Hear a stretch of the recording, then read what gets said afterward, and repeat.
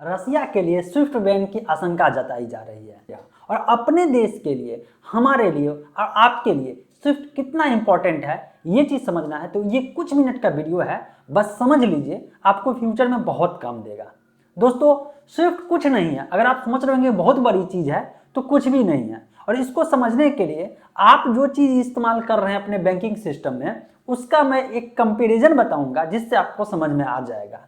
एक बात बताइए, अभी आपका कोई दोस्त किसी दूसरे जो है राज्य में रह रहा हो, आपका कोई जान पहचान का रह रहा हो, उसके अकाउंट में अगर पैसा भेजना है और यूपीआई सिस्टम को हटा दिया जाए, जनरली जो है अकाउंट नंबर के थ्रू भेजना होगा, तो कैसे आप भेजेंगे? तो उसके लिए तरीका ये होता है कि पहले उससे उसका अकाउंट नंबर और किस बैंक का है वो, और इसके साथ साथ आईएफएससी कोड भी जो है मांगा जाता है। ये आईएफएससी कोड क्यों मांगा जाता है? आईएफएससी कोड इसलिए मांगा जाता है ताकि ये पता चल सके कि ये जो अकाउंट नंबर है वो किस बैंक का तो है, ये तो पता चलेगा है, लेकिन किस ब्रांच का है ये भी पता चल जाएगा। तो ये जो है अपने पूरे इंडिया के लिए ऐसा सिस्टम बना हुआ है। मतलब कि अपने इंडिया में एक दूसरे बैंक में किसी अकाउंट से किसी भी अकाउंट में अगर पैसा भेजना है तो सिर्फ आईएफएससी कोड की जरूरत पड़ेगी। लेकिन जब बात आती है ग्लोबलाइजेशन की, बात आती है, जब बात आती है इंटरनेशनल की, तो यहाँ पे आईएफएससी काम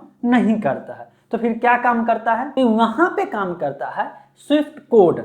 अब एक बात बताइए, जैसे कि आईएफएससी कोई बहुत बड़ी चीज नहीं है, लेकिन अगर आईएफएससी जो है अगर किसी बैंक का नहीं पता होगा, या मान लीजिए कि इंटरनल सिस्टम या बैंकिंग सिस्टम से किसी भी एक पार्टिकुलर बैंक के सभी आईएफएससी कोड को जो है इनएक्टिव कर दिया जाए, बंद कर दिया जाए, तो फिर कोई भी आदमी एक अकाउंट से उस पार्टिकुलर जिसका जो आईएफएससी को जो है बंद कर दिया गया है, उसके किसी भी अकाउंट होल्डर को पैसा नहीं भेजा जा सकता है। मतलब वो बैंक के किसी भी अकाउंट होल्डर का पैसा नहीं जाएगा। तो यही चीज स्विफ्ट कोड में होता है। स्विफ्ट कोड का इस्तेमाल होता है इंटरनेशनली, ग्लोबली जितने भी 200 कंट्री है और लगभग 11,000 से भी ऊपर बैंकिंग है जो नेटवर्क बना हुआ है, एक दूसरे के लिए एक स्विफ्ट कोड का इस्तेमाल करता है पैसे ट्रांसफर करने के लिए। एक एग्जाम्पल समझिए, जैसे कि अगर आप लोग जो डिजिटली काम कर रहे होंगे और गूगल के थ्रू अगर पैसा रिसीव कर रहे होंगे, तो आपको पता होगा कि स्विफ्ट कोड कितना इंपॉर्टेंट है। अब गूगल इस्तेमाल करती है सिटी बैंक, और सिटी बैंक और आपके पास जो बैंक होगा एसबीआई होगा, पीएनबी होगा, इलाहाबाद बैंक होगा, कैनरा बैंक होगा, एक्सेट्रा जो भी बैंक हो सकता है, एचडीएफसी हो, आईसीआईसी हो, या कोई भी बैंक हो। अब ऐसे में पैसा कैसे आएगा? तो आपका जो है अपने बैंक का अपना एक स्विफ्ट कोड होगा, और यूएस से जो अगर पैसा आएगा या सिंगापुर से पैसा आएगा, उस बैंक का अपना स्विफ्ट कोड होगा। और जब आप स्विफ्ट कोड अकाउंट नंबर बताएंगे तो जब वहां से पैसा आएगा तो डायरेक्ट आपके बैंक में, और जिसका स्विफ्ट कोड होगा जिस ब्रांच का, उस ब्रांच में पैसा आ जाएगा, सिर्फ आइडेंटिफिकेशन के लिए है। तो अगर ये स्विफ्ट की बात करते हैं तो धीरे धीरे धीरे धीरे धीरे धीरे जो है ये कोड जो है पूरे बैंकिंग नेटवर्क में फैल गया। ठीक, अब जो है स्विफ्ट कोड की मैं बात कर रहा हूँ। अब रसिया का कोई भी, मान लीजिए कि जो बिजनेसमैन हो, कोई भी बंदा हो, कोई भी आदमी हो, मतलब कि कोई भी नागरिक हो, अगर रसिया का है, वहां पे कोई बैंक है, उसमें अगर पैसा किसी और देश से भेजना है, स्विफ्ट बैन के बाद नहीं भेजा जा सकता, पहला।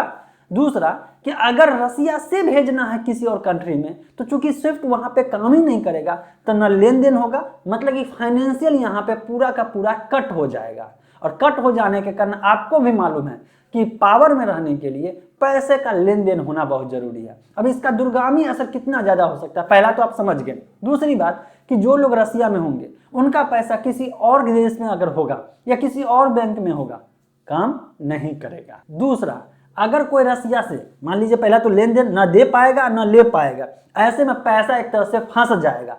और एक तरफ ही पैसा नहीं फंसेगा, बहुत ऐसे भी बिजनेसमैन होंगे जो यूएस के होंगे और उनका पैसा जो है रसिया के बैंक में होगा, न वो ले पाएंगे और न दे पाएंगे, तो दोनों के लिए नुकसानदायक हो सकता है। तो ये चीज आपके लिए समझना बहुत जरूरी है कि अगर अपने देश की बात करते हैं तो जैसे आईएफएससी अपने देश के लिए है, ऐसे ही रसिया के पास भी अपना है, लेकिन उसका जो शेयर होता है, मार्केट शेयर की बात करते हैं, अपने देश में जो है इंटर एक्सचेंज करने के लिए, जैसे अपने पास आईएफएससी है वैसे उसका अपना कोड है, तो वो उतना ज़्यादा इफेक्टिव नहीं है, जिस कारण से उस पर अगर ये बैन लगता है तो ये नुकसानदायक हो सकता है। और इसीलिए मैंने सोचा कि आपको एटलीस्ट बैंकिंग सिस्टम के इस टर्म के बारे में जानकारी होना चाहिए। तो आप मुझे कमेंट में जरूर बताइएगा इस वीडियो को देखने से पहले स्विफ्ट कोड के बारे में आपको जानकारी थी या नहीं।